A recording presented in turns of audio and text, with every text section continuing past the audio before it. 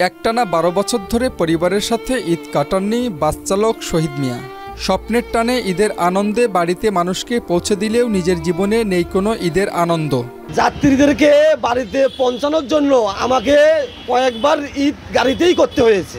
তারপরেও যাত্রীদের জন্য আমি খুশি, যাত্রীদের মা বাবার সাথে ঈদ করতে পারছে। শহীদ মিয়ার বয়স ৩৫, পেশায় একজন বাস চালক। ঢাকা থেকে গাইবান্ধা, আবার কখনো ঢাকা থেকে ভিন্ন জেলা, এমন করেই সারা বছর ছুটে বেড়ান দেশের এক প্রান্ত থেকে অন্য প্রান্তে। গাইবান্ধা সুন্দরগঞ্জ থেকে সাইদাবাদ, আর রাস্তা ৩০০ কিলোমিটার, আপ ডাউন ৬০০ কিলোমিটার। শহীদ মিয়ার বাড়ি রংপুরে। সেখানে ছোট্ট একটি কুড়ে ঘরে ঈদ কাটান শহীদ মিয়ার স্ত্রী ও ২ সন্তান। ঈদে সন্তানদের ডাকে বুক ফাটে শহীদ মিয়ার। কান্নায় চোখ ভিজে আসলেও সন্তানের সাথে ঈদ কাটাতে পারেন না তিনি। মাঠের নামাজ পড়ে আমার মেয়ে যখন আমাকে ফোন দিছে যে আব্বু তুমি কোথায়, তখন আমি আমার চোখের পানি আর ধরে রাখতে পারিনি। আমি কথার উত্তরই দিতে পারি নাই। আমি কোথায়, আমি গাড়ি ছোল। আমার বেটা খুবই মন খারাপ করছে, মা ও বাপ বউ সবাই মন খারাপ করছে। আমি ঈদ করতে পারিনি, তাদের সঙ্গে রাস্তায় কাটাচ্ছি, আমারও খুবই মন খারাপ হচ্ছে। ঈদের সময় কয়েক গুণ বেড়ে যায় যাত্রী চাপ।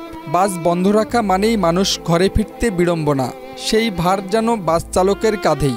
জীবনের স্টিয়ারিং শক্ত করে ধরলেও ঈদের দিনগুলিতে আবেগের বাঁধ অনেকবারই ভাঙে এই মানুষদের। আমরা খুব চেষ্টা করি ওনাদেরকে আমরা সঠিক টাইমে সঠিকভাবে ওনাদের বাড়ি বা মা বাবার কাছে পৌঁছে দিতে। যখনই ওনারা আমাদের গাড়িতে ওঠে তখন ওনাদের দায়িত্বটা আমাদের উপরে ওঠে। ঈদের আনন্দ আমরা সবাই চাই, কিন্তু সেই আনন্দের পিছনে যারা নিজেদের আনন্দ বিসর্জন দেন তাদের প্রতি ভালোবাসার কথা জানান বাস যাত্রীরা। গণপরিবহনের ড্রাইভাররা আমাদেরকে নিরাপত্তা দিয়ে গ্রামের বাড়িতে পৌঁছে দেন। এই ঈদের সময় তাদের এই আনন্দকে বিসর্জন দিয়ে কৃতজ্ঞতা প্রকাশ করছি তাদের প্রতি। বাসের ড্রাইভাররা আমাদেরকে ঈদে বাড়ি পৌঁছে দেয় নিজেদের ঈদকে বিসর্জন দিয়ে, নিজেদের আনন্দকে বিসর্জন দিয়ে। এজন্য তাদেরকে অসংখ্য ধন্যবাদ। ঈদের আনন্দ হোক সবার। ঈদের দিন নিজে ঘরে ফিরতে না পারলেও যাত্রীদের ঘরে ফেরানোই তাদের প্রশান্তি।